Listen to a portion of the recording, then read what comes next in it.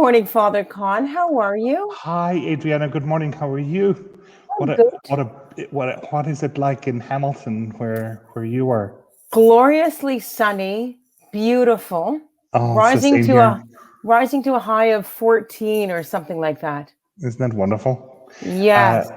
I was up early this morning, and all morning people are walking around and jogging around and biking around, and it's a hive of activity. It's lovely to see.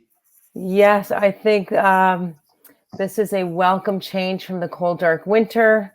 Even with a pandemic, there's more that we can do when the weather's nice. Absolutely, absolutely. Yeah, absolutely. I mean, the news about the pandemic is not, you wish it was better. uh, Yeah.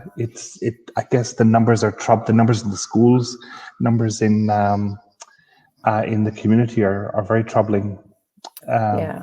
Yeah. But there's light at the end of that. We have to keep that in mind. We have to keep the Yes. balance. There is light at the end of the tunnel. People are getting the vaccine. And here's It's moving. here's here's what I say. Everyone's calling this the new normal. Yeah, I call it the current normal. It is not the absolutely. new normal. We don't know what the new normal will be like. It is a current normal, which gives a sense of this is temporary. We're just in a transition. Absolutely. I mean, I think, the positive thing is we need to keep images of what it's like in Australia and New Zealand. That will be our story, because I have friends who, as you know, I did a sabbatical in Australia, and so I know the Australian way of life quite well, and I still have quite a Nice. number of friends down there. And I Nice. mean, they're learning to live with precaution, and that will Mm-hmm. be. But look, they've had a wonderful summer. They've been able to. I know their numbers weren't as high as ours, but still, even in New Zealand, I have a good friend who's is a teacher in New Zealand, and there that so we have to keep that in mind. That's what we're, please God, but some point in the summer we'll be just like those Australians and New Zealanders who are enjoying the sun and the warmth and the outdoors. Oh, One of the gifts of this is going yeah. to be an outdoor summer culture where we are going to be eating and feasting and drinking and partying outdoors. I think much more, Yes, rather than indoors. Yes, because I'm hanging on to that. me too. How are things at the parish? How's the past week been? The past week is good. So yeah, it is good. Unfortunately, we're preparing for a scale down Palm Sunday, Holy Week, Easter, and a lot of people are not going to get to church, Mm-hmm. unfortunately, either because they don't feel secure going to church, or there's no room in the church. Yeah. We're already booked for several of the liturgies for Yeah. Holy Week and for Palm Sunday, and as much as I hate to do this, we are going to have to put up some signs, basically saying, please do not come. Only those who have a Yeah. reservation can come any further. Yeah, that's sad. I remember last year when, everything was canceled. I had this grief, this heavy grief in my heart, not being able to go to the Easter Triduum. Oh I, yeah, I love Holy Thursday. I love Good Friday. I love the Easter Vigil. yeah, And so, yeah. yeah, that grief. And then this year, it's not as heavy as the grief because Mhm. it's not as scary with everything changing. That's right. So I now dig a little deeper. I That's right. And realize, we found ways as well to bring the experience into people's homes. This weekend is exactly 1 year since our first weekend yeah, without Mass. And I remember the huge scramble to oh, get yeah, something out to people. The first masses on Holy Week was recorded on an iPhone here and broadcast on YouTube for parishioners. I mean, we've yeah. come a long way. We've We've come come a a long long way way indeed. since. Yeah, Yeah. Now I just dig a little deeper and realize, okay, it's not so scary. It is what it is. God is still God. God can still yeah, reach us in our homes and through connections like this. We just have to be absolutely. creative and yeah. Yeah, and we're also, we're also getting a taste of how other parts of the world Yes. live too. We pray for the persecuted church. Hmm. We pray for religious communities that cannot gather often, especially in the last few years when there have been great attacks on Christian Yeah. communities around the world. And now, in our comfortable North American uh, pew, we're getting to experience a little bit. I would hope that our prayer will be a little bit different after that experience, because when we hear, we're praying for the suffering church that cannot gather to celebrate the Hmm. Eucharist on Sunday, we'll be able to say, well, we weren't suffering that much, but Yeah. we know what it is not to be able to gather with the community. Yeah. I think it's important to note we're not being persecuted. We're not being persecuted at all. Yeah, So it's different. although some I people see it as persecution. Yes. But I liken it to the early Christian community when it was new and they couldn't gather, and they still hung on to their faith. They gathered when they could. They shared faith with the people they could at when the time was right. We have hope. Absolutely, And if absolutely. if the Christians, early Christians back then, could hang on, if the Christians in the persecuted parts of the world can hang on, Yeah, I think we can hang on I think so to too. our faith. I think we can have hope for the next day. I think so. So we continue our conversation with prayer in Lent and using, here we go, product placement, Oh, Father James' book, Learning to Pray, a yeah, guide for everyone. right, and you were on a conference call with him. Yes, the Jesuits of Canada booked Father James to speak. It happened this past Tuesday evening. So I was lucky enough. It was free. And so Lovely. I heard him speak for about 30, 40 minutes. And then he took questions from the various people who were watching, and they were watching from all over the world. Yeah. And that was really good because, there were some real questions about what about a dry spell in prayer?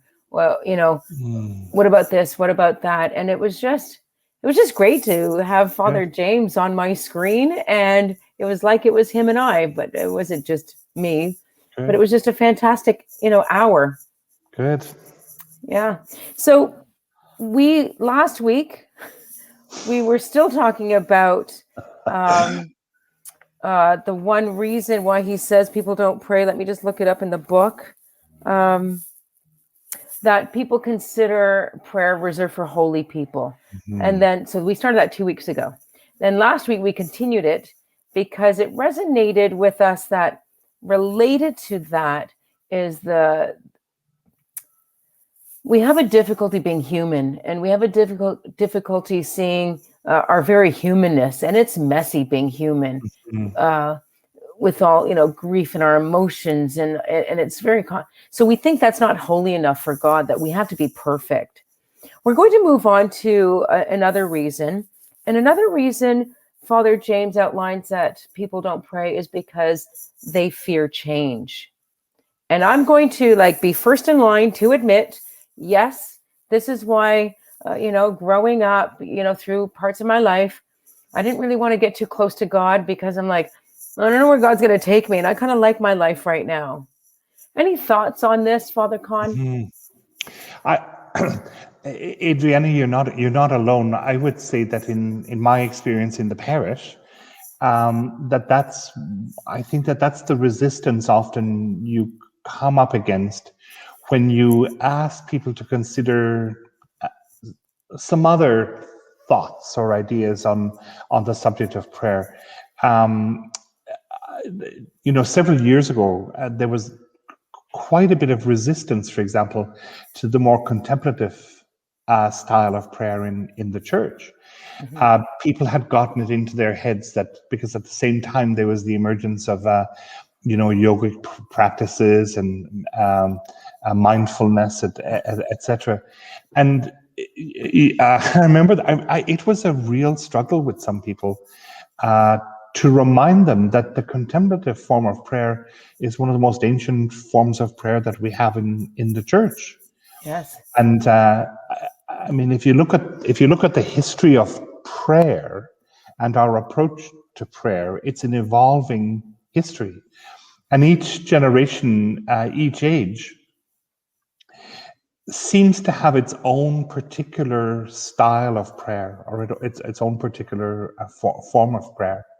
I think that I think, for example, that contemplative prayer experience led to the renewed interest, for example, in Celtic spirituality, and it was a rediscovering of other forms of prayer, other ways in which we pray, and the two of them are very much linked with each other.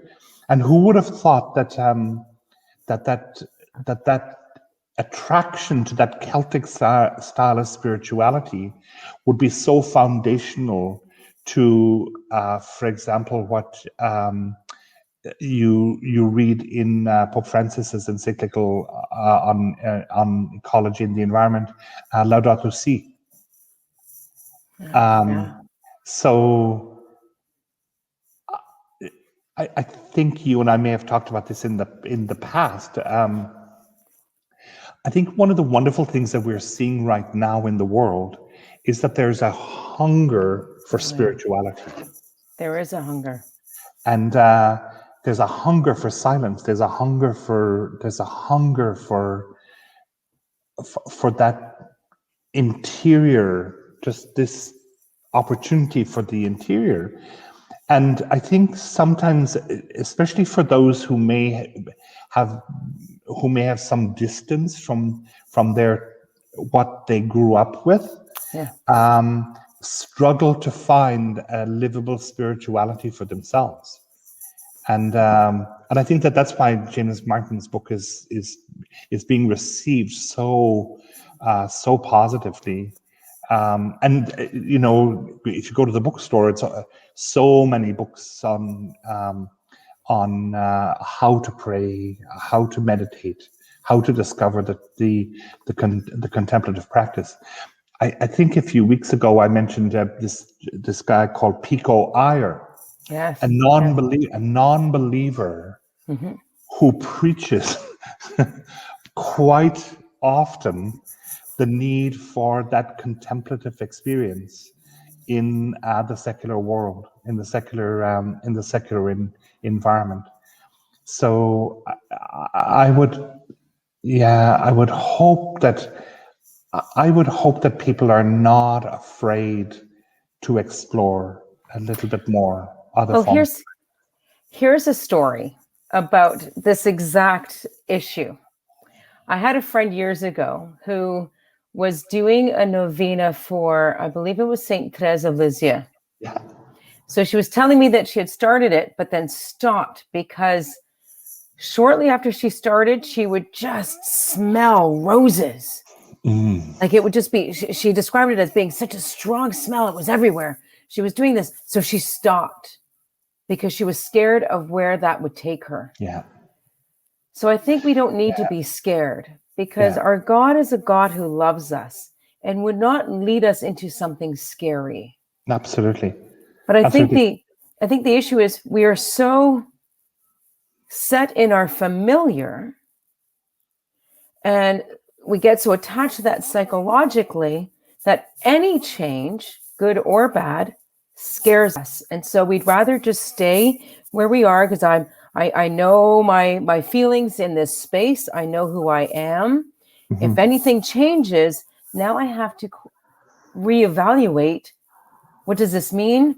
what does this mean? Like, does this change who I am? Who, and I think we are so scared of change that we don't, I, yeah. yeah, I had a friend several years ago in some work that I was doing in education, and we had planned a retreat experience at the Jesuit Retreat Center in Guelph, and this it was a young man, and he had never been on a retreat. And I said, "Oh my Okay. God, how could you possibly get through a Catholic school, Catholic high school, and not go on retreat?" And he said, "Well, he said the whole idea made me very, very uncomfortable."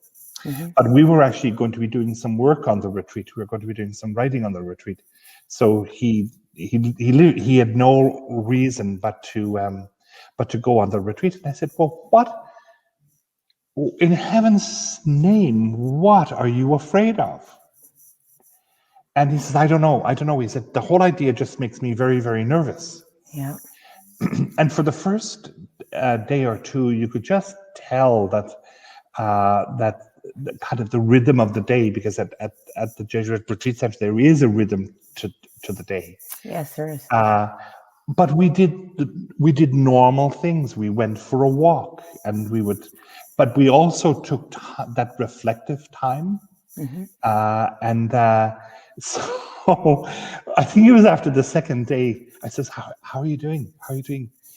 And he said, I think I'm getting into it. He said, I don't know what the big deal is. and he said, what it does is it just gives you more time. Yeah. And I said, that's the whole point. Yeah. That's absolutely the whole point. Yeah. I'm not sure if that became a regular practice in his life or not, but yeah, sometimes stepping out and doing something different is a risk that we have to take. Yes. I got introduced to Christian meditation when I was very young. I was in my early 20s by someone who knew Father John Main very, very well. At the time, he was living in Montreal. It was I think John Main was still alive. He hadn't died at this point. And Christian meditation became a lifelong practice. But I have to admit that I did not go into it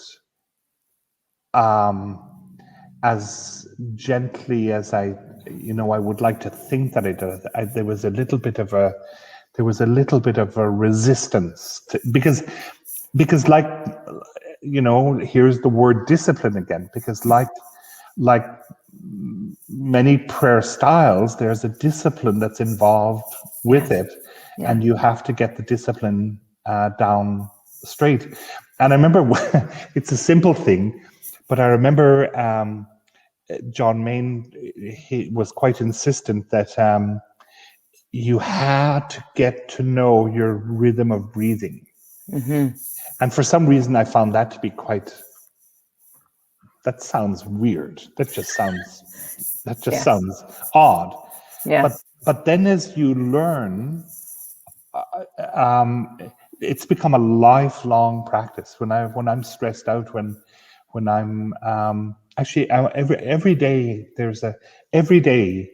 in my day there is some time for that practice, and it is amazing how there's a calm that comes with it, and it's interesting how it's changed over the years. I bet. I remember after my first year of being a chaplain, which was difficult on different levels, I decided to take a personal retreat, which I've never done before. And it was going to be a silent retreat. Again, something I've never done before. And I went to Madai House in London, run by the Sisters of St. Joseph of London, which I don't believe they have anymore. And they had a beautiful labyrinth outside. And so I've never done this before. And I signed up to go Monday to Friday. So I got there sometime after lunch. And I remember, so and I signed up to meet daily with a spiritual director, and I forget her name. We're marvelous nun. She really helped me in a lot of ways in picking the right passages to focus on each Mhm. day. But so I get there Monday. I get settled in. They tell me, okay, so it's all silent when you come for meals.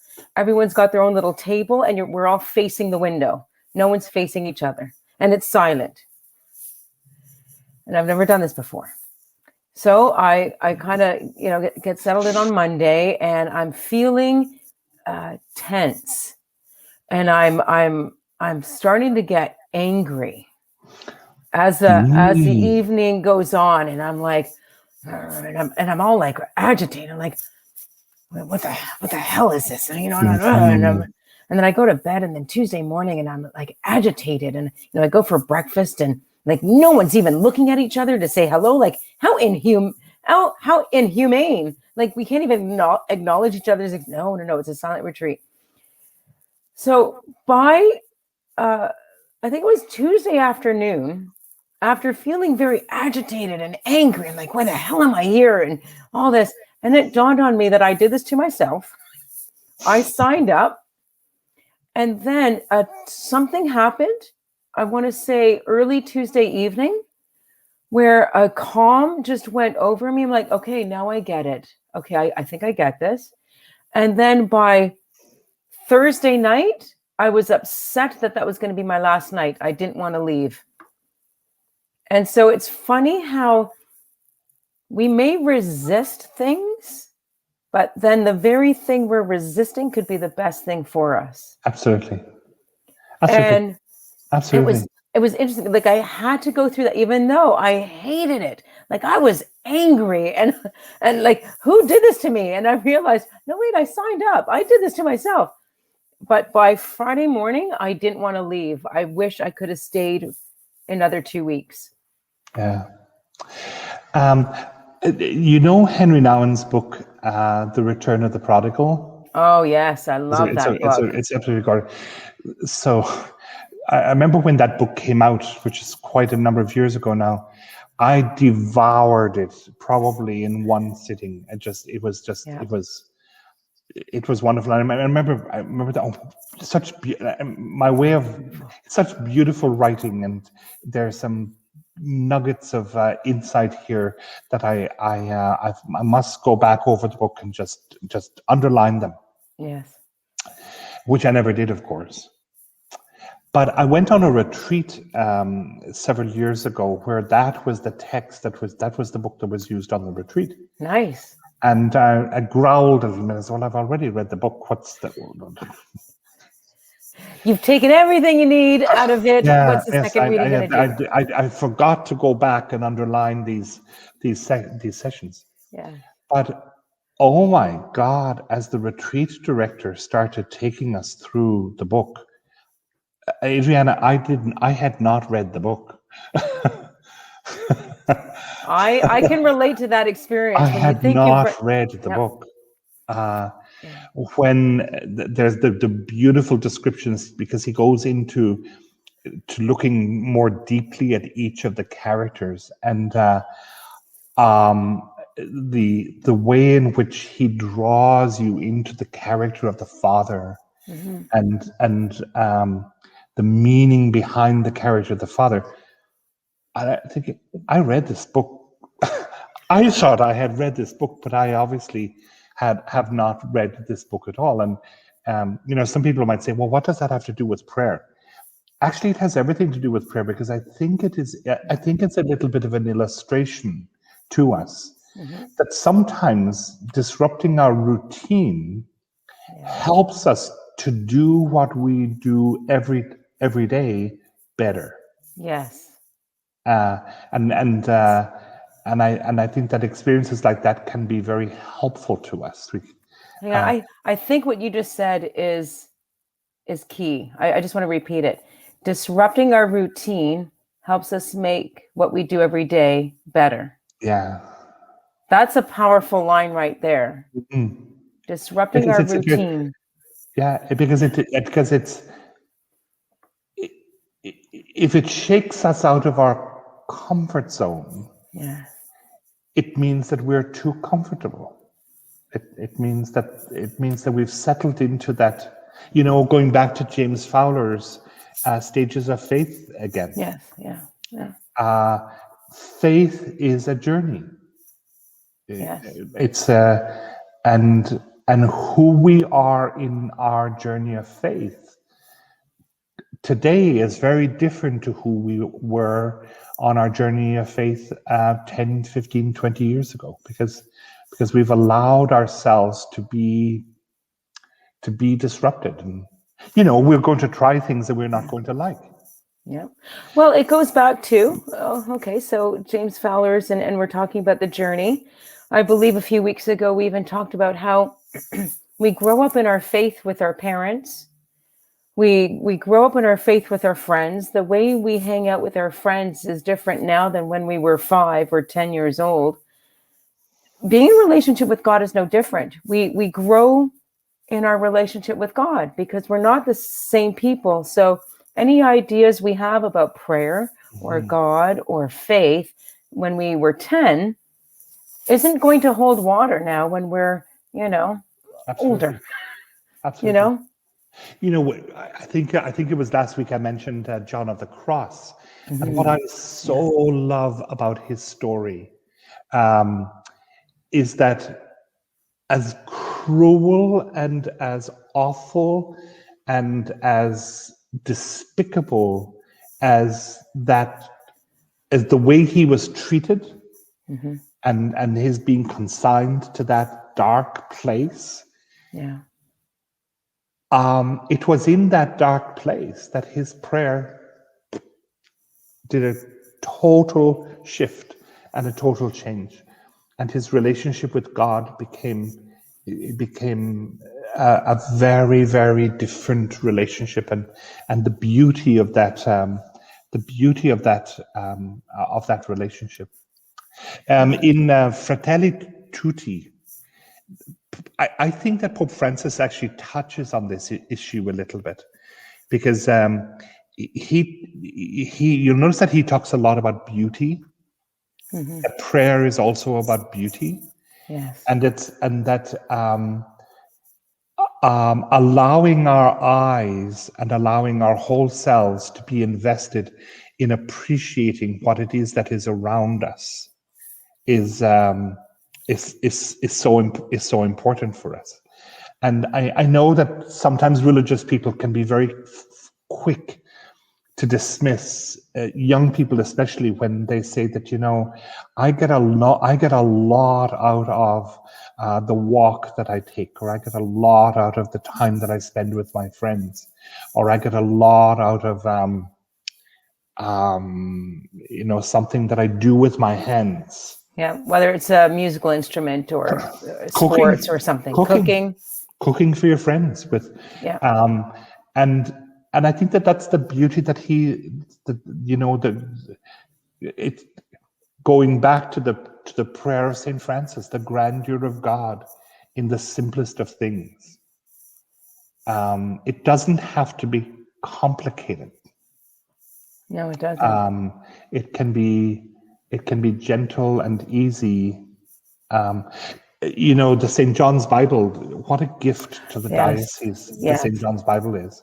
Yes. It's fascinating to watch kids encounter with the St. John's Bible, and to see the art that the kids produce Yeah. after spending some time with the St. John's Bible. And that's never going to leave them. No. That's never going to go away from them. Because that's grace. Here's the word grace again. There's a moment of grace in the experience. And we've come to know God in the many ways that we come to know God, in a very unique and very creative and very special way in this encounter. Indeed. And, we didn't really talk too much about other changes. I'm thinking now also that people might be scared of, we find out after Saint Mother Teresa died with all the good works, and she was always held as a model of like, oh, Mother Teresa, she does this and she does that. And we find out after she died that throughout her whole life, she felt like her prayer life wasn't as rich or as warm as we would think it would have been. She described it, or it's been described as, the long dark night of the Yeah, soul, and and that, I yeah, think people are scared of that too. Like, what if I start praying and then it's dry?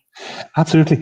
Teresa of Avila, I think, was it 12? She couldn't pray for 12 years. I mean, that's another real experience in people's lives, that there's a dryness, that there's a barrenness that comes. Mm-hmm. But isn't that what the desert experience in the Gospels is all about? We call Yeah, it the desert experience. yeah, yeah, There's a dryness, there's an aridness that comes, like nothing's happening. And we panic often. Panic. yes, Like, Father, I think I'm losing my faith. yeah, And my response is, no, you're not losing your faith. You've just hit a dry patch. Um, see this for what it is, as the moment of transition. yeah.